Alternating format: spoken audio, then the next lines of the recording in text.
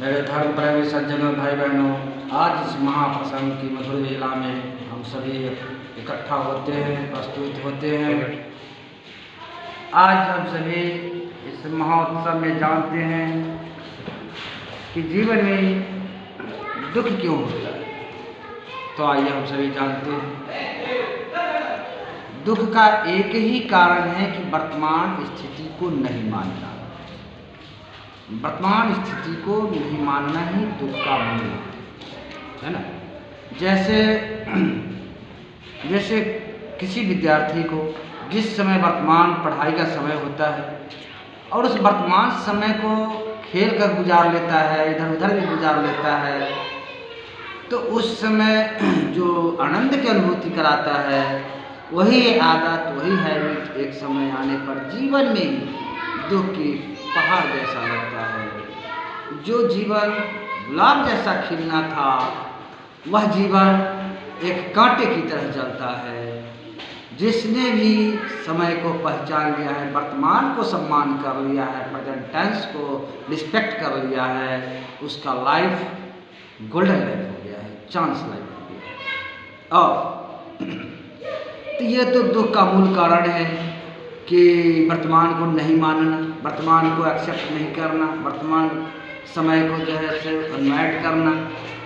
यदि वर्तमानी हालत को सहजता से स्वीकार कर लेते हैं तो स्वाभाविक है कि हमारा जीवन सरलमय हो जाएगा। जटिलतम तब होता है जब हम किसी बात को नहीं मानते हैं। जब किसी बात को हम आसानी से नहीं मानते हैं, परेशानी से मानते हैं, तो वह परेशानी दुख का कारण होता है।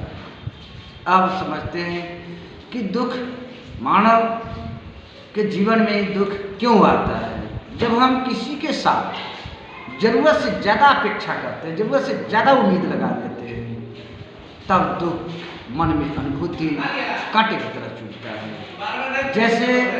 जैसे बेटा के प्रति लोग मानसा बना लेते हैं कि ये मेरा बेटा आएगा तो इतना सुख प्रदान करेगा, इतना सम्मान देगा, लेकिन यदि मन में सोचते सोचते बैठे बैठे उसका उल्टा प्रतिफल जीवन में आने लगता है तो मानव का जीवन दुख के गहराई में गिरने लगता है।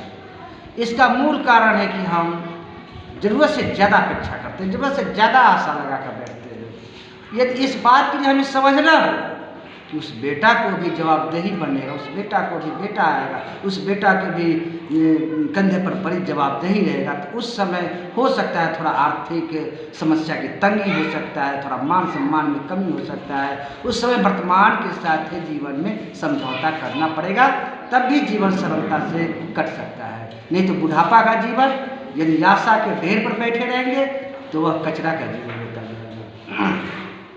मेरे धर्म प्रेमी सज्जनों, भाई बहनों, जीना इसी परिवार में है, जीना इसी परिवार में है। सबके साथ समझौते के साथ व्यवहार, मीठा व्यवहार करेंगे तभी हमारे जीवन में कोई खुशियाँ लेकर गठरी पार कर नहीं आएगा। खुशियाँ का राज अपनी मुँह की बोली है, व्यवहार है। अब जैसे घर परिवार में यदि सास बहू के साथ ये समझ ले कि मैंने अपनी बेटी को विदाई कर दिया है और बहू रूप में बेटी आ गई है, और वैसी भावना से यदि व्यवहार प्रस्तुत करती है तो लगभग 100% घरों में तानातानी, तनाव, टेंशन, ये जो सास बहू का जो आंतरिक अवहेलना होता रहता है, व्यवहार में खटास आता रहता है, इसका समाधान हो सकता है। इसी बात को यदि बहू चली गई है घर, अपने मायके के चली गई है, तो वही बात यदि हम सहजता से अपने बेटे को कह सकते हैं कि बहुत कमी महसूस हो रहा है, ऐसा लगता है कि घर की लक्ष्मी चली गई है, ऐसा मन नहीं लगता है बेटा, बहू के बुला लो ना, अच्छा होगा। अब जबकि बात यही है, बात बुलाने की ही हो रहा है, लेकिन कहने का तौर तरीका हमारा बदल रहा है, बोली व्यवहार बदल रहा है, वचन बदल रहा है, वाणी बदल रहा है। और वाणी जब वाणी बाण की तरह लगे और बोली गोली की तरह लगे तो जीवन कचरा से भर जाता है, और साफ सुथरा जीवन फूलों जैसा गुलदस्ता, खिलते हंसते मुस्कुराते जीवन के लिए बस कोई विशेष तरक्की भड़क्की करने की जरूरत नहीं है। मात्र अपने व्यवहार में मधुरता लाना है, वचन में मधुरता लाना है। यदि हम अपने से बड़ों के साथ आदर के साथ बात करते हैं तो छोटे को भी मान सम्मान के साथ बात करेंगे, प्यार दुलार के साथ बात करेंगे। यदि किसी नौकर को मुझे कुछ सलाह देना है या कार्य के लिए अभिप्रेरित करना है तो उसको मधुरता भाव से कहेंगे, अरे बेटा तुम्ही को तो लेकर ये घर चल रहा है, तुम्ही को लेकर तो ये संस्था चल रहा है, तुम्ही को लेकर तो ये मेरा बिजनेस पार्टी चल रहा है, तुम्ही तो मेरा लक्ष्मी हो। इतना जब वाणी करके उसको अभिप्रेरित करेंगे तो वह मेरे वाणी से अभिप्रेरित इतना हो जाएगा, खुश हो जाएगा कि कभी वह मेरे कोई भी कार्य को करने के लिए नहीं थकेगा और हर बात बड़ी सहजता से मान सकता है। और इसी बात को हम यदि कटुता भाव से प्रस्तुत करते हैं, डपट कर व्यवहार करते हैं, डपट कर वाणी निकालते हैं, मुंह से कचरा निकलता है, तो वह अगला भी हमसे रुष्ट हो जाता है और धीरे धीरे धीरे धीरे जीवन में निराशा आने लगता है। जबकि निराशा कोई जीवन का समाधान नहीं है। निराशा से जीवन घटता है, निराशा से जीवन तनाव की ओर जाता है, लेकिन सरसता से जीवन में मधुरता आता है। इसलिए मेरे धर्म प्रेमी सज्जनों भाई बहनों, जीवन में हम कैसा बर्ताव करें, कैसा व्यवहार करें, कैसा वाणी बोले, इस पर नियंत्रण करना होगा। इसके नियंत्रित करने के लिए ऐसा कोई वैज्ञानिक मशीन नहीं निकाल पाया है। उसके लिए संगत का रंग चढ़ाना होगा।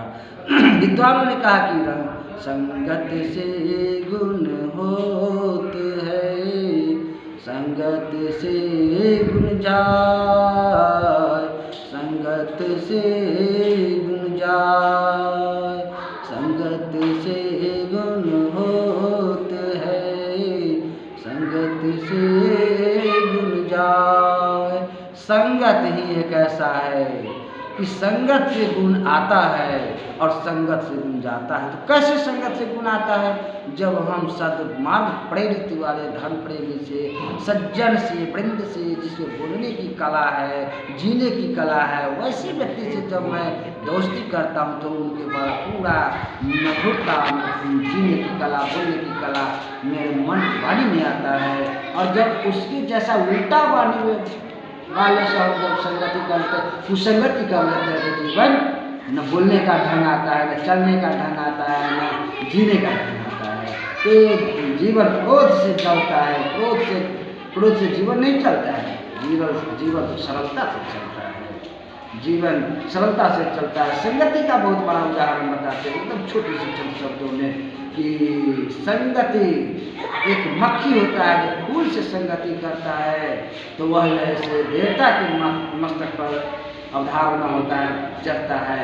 और वही मक्खी यदि गोबर से संगति करता है तो दिन भर गोबर पर भनभनाइत रहता है। संगति तो दोनों करता है। एक चींटी शक्कर से संगति करता है तो मिठास पाता है, और एक चींटी लकड़ी से संगति करता है तो लकड़ी के साथ एक दिन धू करके जलना पड़ता है। इस महाप्रसंग को विशेष प्रारूप में देते हुए अब धीरे धीरे ये कथा या यह प्रसंग विराम की ओर जाएगा। यदि यह वाणी अच्छा लग जाए, मन में जच जाए तो आप इसको सब्सक्राइब, लाइक जरूर करेंगे।